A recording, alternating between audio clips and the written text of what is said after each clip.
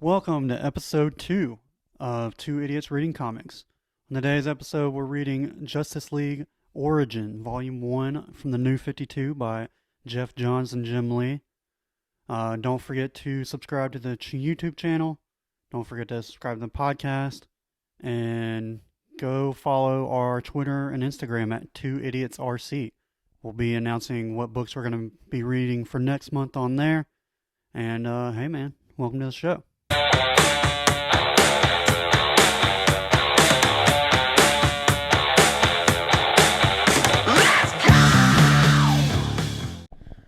All right, welcome back. Welcome to back to the couch, David boy. What's up, big boy? You ready for this? Yeah, man. Let's do this. You were pretty nervous for episode 1. Yeah, just trying to get some pre-jitters out. It just first time, man. It's different. This is not something we normally do. No, not at all. Yeah. So it's a work in progress. So yeah. Speaking of which, some of you may have noticed that we're doing in stereo, which is where I'm probably in your right ear and he's probably in your left. yeah, We're gonna figure that shit out, but that's the only way we know how to do it right now. yeah, So today, Justice League. yeah, man. That was my first time reading it, and it's really cool. Yeah. How This, many times have you read it? This is only my second. I read it back in the day. Like, if you watched all the way through episode 0, this is one of the first books I ever bought. Yeah, yeah. Also, there's a animated movie that is very It's pretty close. Yeah, they swap out Aquaman for Shazam. Yes. And then this is loosely what the Justice League live action movie is based on.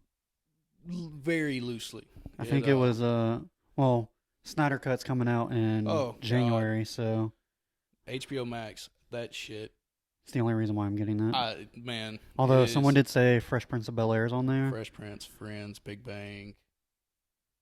That's a solid lineup. Yeah, that's just the 4. That's not counting all the I movies. used to be a big all Big Harry Bang. Potter, all Lord of the Rings. Serious? Fuck, I didn't know that.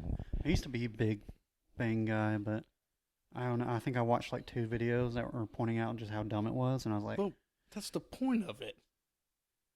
I mean, it's a dumb True. show. I tend to dip into the negative side of YouTube. It seriously, like, alters my mood. I have to stay away from it. Cup half full, cup half empty. You had that Yeah, I backwards. had it backwards. You had it Cup backwards. half empty, cup half full. Cue the little, you're an idiot Davis right Dumbass. here. But let's get to it. Like we always like to do, we're going to give credit to everybody who worked on this book.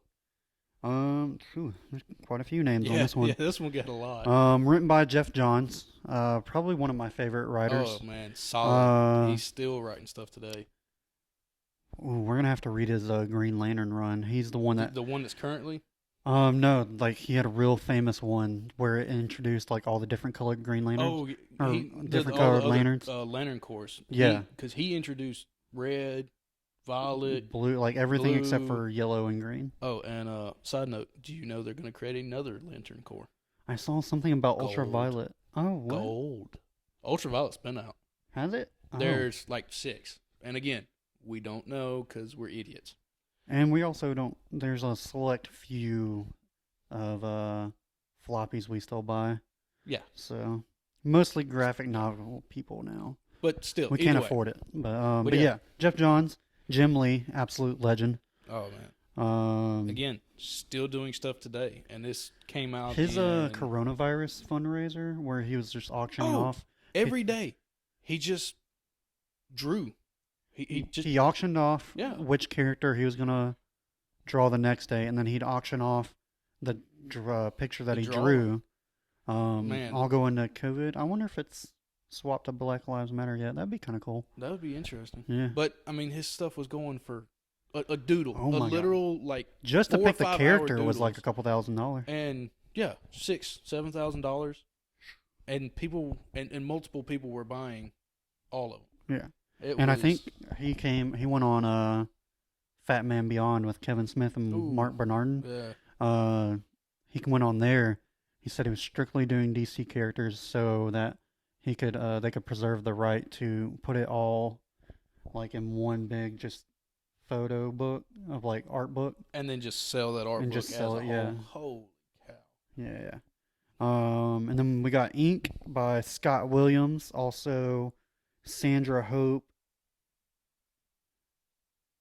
We might need to pull. I think I have the. So, folks, I have literally just Sandra Hope, comma Bat, comma. I don't know if someone named Bat was actually go to like the next. With art by This is gonna Skyly be Jim Ink. Lee. Hang Yeah, go to like the first on. Ink. Is there literally a guy named? Inker. Scott Williams, inker with Sandra Hope, Bat, and Mark Irwin. So there Additional literally is a inks. guy just named Bat. Bat, B-A-T-T, and Mark Irwin. I'm going to go with his last name's Irwin. Well, no, I'm just talking about the guy who just calls himself Bat. Well, that is true. He may just be Bat. It is highlighted as Bat, B-A-T-T. Well, I'm glad we don't have to edit that out, or put an idiot marker right there. I mean, y'all can go look at it. I mean, we got It's it right literally here. Ink with Scott Williams, also by Sandra Hope. Yeah. Bat. And Mark Irwin, additional inks. I mean, how cool is that? Do you think? I mean, cool now, but coming up through high school, just going by Bat. Yeah. And at the time, it was probably Bat like the baseball bat, not as Batman. Maybe I don't know. I don't think you get into this business if it's Bat for That is as in true. baseball. That is true. That just blows my mind. Color. Alex Sinclair with Gabe. LTM? Eltaeb, Eltaeb. Oh, y'all can tell me how dumb I am in the comments. Tony Avina and that should say Hi-Fi. Hi-Fi I think that's Colorist. I think it's a company. That's a company. Okay. Yeah, it's probably gonna be like. I was like, a man, the company. people on this fucking. It's got to be a company. I mean. Yeah. Lettered by Patrick Brasso. Brassier. That's a Cajun boy right there, I can tell you. Epilogue art, Carlos Donda, I think. I'm going to go with Donda. Donda. Okay. Well, if we butchered that, sorry. We're trying to give you some credit. Yeah. And Bat, we got to get you Man. on. You're an enigma. First thoughts. What did you think of the book? It was interesting. Because, like, when I started comics, it was more of, I got into DC when they did Rebirth. That's kind of where I started in Star Wars. Yeah, you did. Transitioned into a little bit of Marvel stuff. You did a little bit of Teen Titans before Did some Teen Rebirth, Titans, but it was kind of. But once they finally did that like soft reboot, yeah, you soft. jumped. Yeah, it was technically a continuation. They didn't. Yeah, all right. I'll give It you wasn't that. like the New 52 where, Yeah, New or 52 Flashpoint where it redid Good everything. Lord. So when Rebirth happened, it got me into the DC world because it got new issue ones, and I got into Flash, Teen Titans, Cyborg, and so for me going back and reading these, it was different because in the Rebirth they're already established heroes. They're not looked down upon. They are kind of they're the Justice League. They are. That's, I mean, as someone who's read Volume 2, this is literally only this one. This is just their straight up origin story. Okay. And as soon as they go to Volume 2, that's 5 years later. Okay, that's what I thought. That's what it kind of looked like. So it was kind of different for me seeing the Justice League as because I grew up with the TV show Justice League and the Batman series, and those guys. And Batman's always been hunted, but the Justice League as a whole being seen as the bad guys was kind of different. Well, they weren't the Justice League; they were individual people and aliens and overpowered humans. But and I do always love because I guess I don't know. There's different stories like Marvel's and this story, and they just don't take for granted that people are seemingly okay with just gods flying around and doing basically whatever they want, leveling houses. I always thought that was an interesting point of view when the people are like, yeah, they're saving the day and we love them for that, But if they could, like, not destroy my block once a week, that would be awesome. I would leave. I would not live in a major city. What do you think the superhero insurance, how much would that cost in New York City? Oh, God, as a civilian? Yeah. Dude, Right next to Central Park?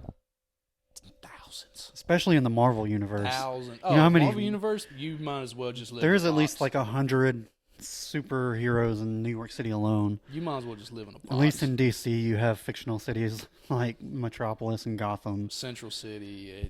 Coast City. Oh, man. But it was cool. I mean, you open up the issue with Batman being chased by... Is it Gotham PD or is it the Air Force? Because he makes a comment about the Air Force later on that... The Air Force was, Green Lantern. Okay, but, so... he's chasing a parademon, and then the Gotham PD is chasing him. Right, which was kind of funny because, I mean, it's Batman. He's always being chased by the GCPD, but not always. He's got Jim Gordon on his side. Majority of the time. Either way. I would say no. Oh, all right. Either way, it was just kind of funny, Batman trying to catch an actual alien, and he is then being chased in kind just because he's Batman. Yeah. I mean, literally, they're only chasing him because they know him and he's Batman, and they don't really give a shit about the other guy. And Batman's ability just to kind of like go with the punches, where it's like, yeah, I'm chasing an alien right now, and then this guy in a floating green costume just came up to me because he apparently detects alien activity with a ring on his finger. Yeah.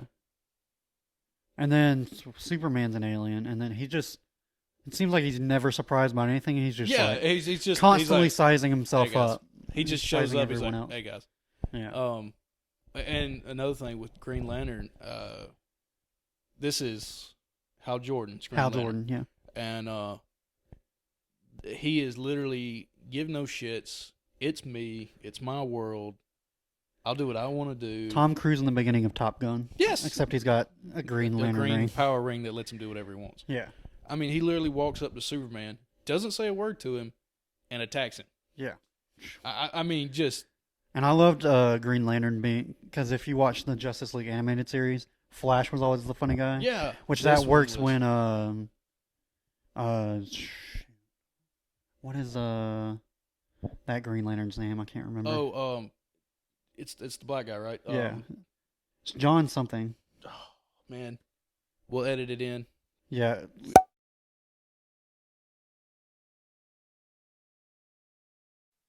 Stupid line right there. But that guy is more serious, and I loved. Yeah, that's the Green Lantern I grew up with. I grew up with that Green Lantern, and when I saw Hal Jordan in the he's just cracking. We're not going to talk about it. Green Lantern movie.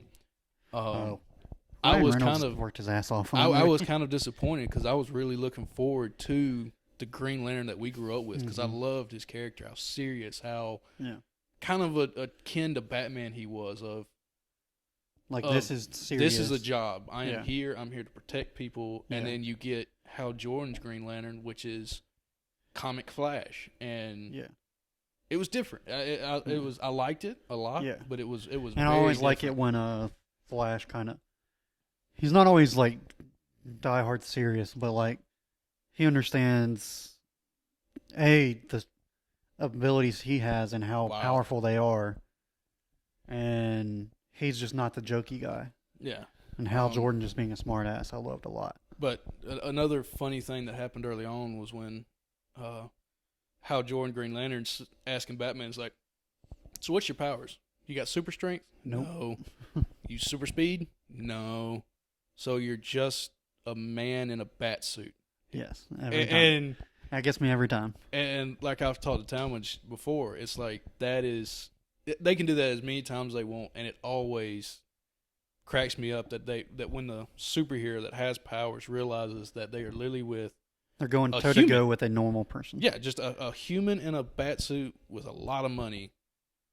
The idea of that has always cracked me up, and I love it. And it was literally like 5 little bubbles, and that's it. That's all it has to be. And I enjoyed that. That was a nice little touch. Yeah. But this is literally just a straight up origin story. And this one is when they seriously just went all in on Cyborg as being a big time player. Which again was which I know you were big like cartoon Teen Titans. See, yeah, and that's what Teen Titans back in the day. When you loved them there. When I first got into comics and they did Rebirth, and he was a founding member of the Justice League, I was sitting there going, but I thought he was a Teen Titan, and so I had to kind of shift gears. When I learned about continuity, changing, he was also when Teen Titans came out, and I think around Judas. I think he was in the Judas Contract. That was like their big thing. But even in the TV show we grew up watching, as the years went on, when he was probably created in probably like the 60s, 70s, maybe 90s. Yeah, he was technology has gotten more and more powerful, and with that, so is he. Oh yeah. So it was nice to see him get brought up to the big leagues. And they show that power set a little bit with him being created, reborn, being reborn from the mother box, and also soft spot because he was a football player. Oh God, to the heart, man. Victor Stone, let's go, man. Should have went to Michigan State. Yeah. Either way, can't believe his dad wouldn't watch him go play. That one. Yeah. Okay. But the showing his power set of literally he has no idea how to control his powers. Yeah, no. And he's tapping into everything. He is literally being fed computer algorithms, computer memory. No idea what to do, but hey kid, you're here. And his body is just processing it all. Yeah. Creates a freaking sonic cannon, and his mind just trying to protect him. Yeah. It just... No idea what he's doing, but hey kid, you're here. You got to fight. Yeah. I mean, and that was cool. Time to step up. And the rest of the hero, Superman, Green Lantern, Batman, Wonder Woman, and Aquaman were all already seasoned, I guess you would say. They've been doing what they were doing, but they haven't been doing it together. Right. So they knew kind of what needed to happen. Like Wonder Woman just got off the mascara, and Colonel Trevor was like her liaison and trying to just let her be there and hopefully help the government, which obviously that didn't. Yeah. I mean, I guess it worked out well, but either way. But yeah, and then you throw this kid. I mean, he's in high school. Yeah.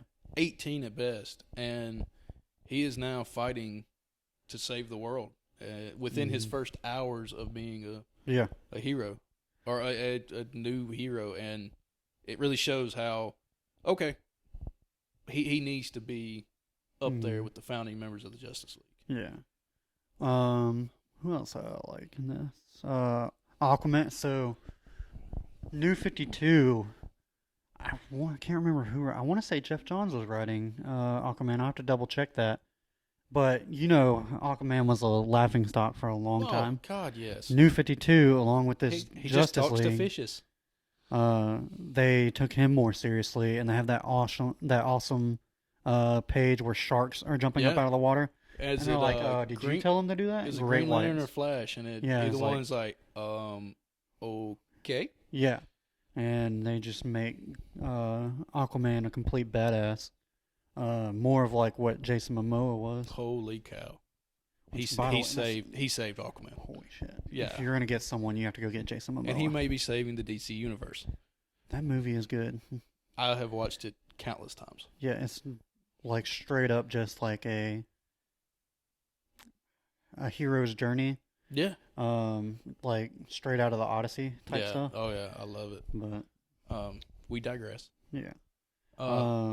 Of course, big bad here. They didn't waste no time. Darkseid. Volume 1, Darkseid. Oh my God! Just we're just gonna go ahead and introduce the biggest, baddest villain the Justice League's ever fought. Now, I think this set up what later down the line was called Darkseid Wars. Yeah, I think so. But I never read that. I knew it had something to do with his daughter. Yeah, and at one point in this book, he says, "I'm looking for her." Because they and I didn't realize. I thought they were talking about like mother boxes or something. Yeah, but they all had mother boxes, which was odd because now there's only like 3 mother boxes. Yeah, now going back, and he says, "I'm looking for her," and I was like, "Oh, he's talking about his daughter." Yeah, And you have Steppenwolf and I don't know who that other dude. So we don't know him. They were experimenting on Superman. And they're both like, if we can get his powers, we can create our new demons. Yeah. Parademons. And they will be as powerful as Superman, and we will find Darkseid's daughter. Yeah. And I'm going, I didn't know Darkseid had a daughter. Yeah. Like, that would be cool. And hey, maybe we'll talk about it later. So yeah, maybe we'll read that one eventually. Let's see. I mean, it was a great origin story, but there's not a whole lot that just not a whole lot to it. Straight origin story with a little bit of setup. And a big ass fight with Darkseid. Yeah. Oh yeah, when they I love even when they do it on the show or in the comic books, they do that top down, and you just see the line of where the Flash ran, and then they did it with Superman and Darkseid's laser beams and the lasers. Yeah. And it was cool. Oh, but also liked talking about how fast the Flash is. His first time finding out that he may not be as fast as he thought he was. When, he comes up to Superman, he's like, "Man, I've never been touched before." Yeah. And you can see the drawing. And it was really cool that Superman's facing one way, but he's looking at Flash. Yeah, just like in the movie. Other way. Yeah, he's looking at him the other way, and then just turns and thumps him. Doesn't hit him. Yeah. Thumps him like a bug. Yeah, he's like, I may not be as fast as you, but you can't get as close to me as you do everyone else to fight. And then it just shows him laying on a pile of bricks going, "Ow." Yeah. That was a nice little touch of kind of teaching Flash, like, you aren't as fast and as powerful as you think you are. You're going to have to step your game up. And yeah. Another moment I liked was Batman's little pep-up speech for Green Lantern. Oh, God. Where he was like, dude, just think before you do something. This isn't about you. We have to work together. And then just, he's like, who the hell are you? You can't talk to me that way. Literally just takes off his mask. He's like, oh, I'm Bruce Wayne. Taking off his mask, taking off his cape, and Green Lantern going, who? Yeah. Like still going, I don't, what does this name mean? Which is weird. Like, I know. It'd be like someone being like, who the fuck is Elon Musk? Right. Unless he was like off-world at the time. I don't know. He does make a big point of talking about how he's the Green Lantern of the Sector. Yeah. Which they don't talk a whole lot about. A lot. They just kind of talk about him and Earth, but yeah, but and then goes straight from that pep-up talk. He's like, "Go rally the troops," and it's like, "Well, where are you going?" And then he literally just throws up his arms to get caught by a parademon. And he's like, "Oh, I'm going to get Superman." Yeah, just nonchalant, no powers. All right, I'm going to go save one of the most powerful beings. Got taken through a portal to Apocalypse to go save Superman. And then again, a testament to Cyborg's powers of opening all the boom tubes at once. Boom tubes, yeah. So Superman could push Darkseid through. Something about that to me is he opens them, and then all of a sudden, is it just the fact that it's either Hal Jordan or the Flash that's like, send them through the boom tubes.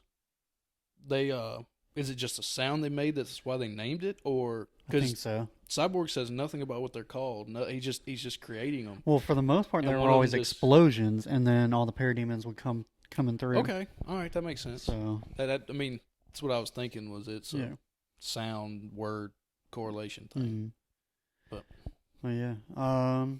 Any other cool moments you liked? Stabbing Darkseid's eyes out. Yeah, that was pretty dope, dude. You're sitting there, and Diana's just like, I want to kill. The whole time. She's just like, I want to kill. Like, I want to fight, I want to kill. She started this comic book in Washington, D.C., and then fought her way, I think it was in Metropolis, because they all went to go see Superman. Yeah. Which I forget Metropolis is by the water. I always think it's Kansas City. But so is Gotham. Like, they're across the bay from each other, apparently. Yeah. So, I mean, I think that's more of a metaphor. Like, I don't know. Are they really across, or are they far enough away that there's water between them? I'd have to look and see, like, what the internet says. Yeah. But I always thought Metropolis was Kansas City because Superman was from Kansas. Right, and it always seems to lead to that, but then you sitting there and they're like, nope, they're near a lot of water, not just a lake. I mean, like a bay or a... And it wouldn't surprise me if it was like a metaphor for like the two sides of New York City. because I could see that. That's what I've kind of. At the same time, New York City can be this awesome, wonderful place like Metropolis, and at the same time be this dark, gritty place as Gotham. Yeah. So it just. I guess that's how I look at it. But yeah. But yeah, Wonder Woman getting to finally stab his eyes out. She fought her way from Washington D.C. to Metropolis, however far away that is. We don't know. And literally just showing up, and everybody's just like, okay, glad she's on our side. Yeah, and then the Flash throwing Aquaman to stab his other eye out with the trident, and then still Darkseid standing, fighting like. Oh yeah, I don't have my eyes. Oh well, all right. Yeah, I mean it was straight Thanos in the MCU where like it's taken everybody to just get him to sweat, just to hold him down, and they didn't really beat him. They had to push him through the boom tube. They didn't really fight. Then they just Cyborg just closed all the boom tubes and like fried all their stuff on their end. Yeah. So, but it was, and then like attachment to Darkseid's power, and before Batman gave Green Lantern the pep talk, Green Lantern's like, "Oh, I've never faced anything bad," so he's just trying to beat him, and Darkseid just breaks his arm. Yeah, Darkseid just catches his arm and just snaps, and then throws him across the city. I'm like, holy cow! Yeah. I mean, you're talking about one of the most powerful objects controlled by one of the strongest willed characters there is, and he's just getting shut down. Yeah. And all right, man. Final thoughts? Again, great story, great read. I know a lot of people have their issues with New 52, but hey, we're probably going to be reading a lot of it because that's exactly where I started reading. Yeah, and so very quick read. Again, not a lot of content, but a great way to kind of introduce. It's just straight up origin with a little bit of setup. Yeah, I loved it, and look forward to reading more of it. Yeah. All right, so what do we got next week? Next Star week Wars is boy. One of my favorite characters, Darth Vader, Dark Lord of the Sith, Volume 1, and really looking forward to talk about this. It's going to be a fun one. I hope you join us because I'm going to have a lot of fun. If you think he rambles now, just wait. Oh, God, it's going to be a shit show. All right, well, we'll see you guys next week. See ya.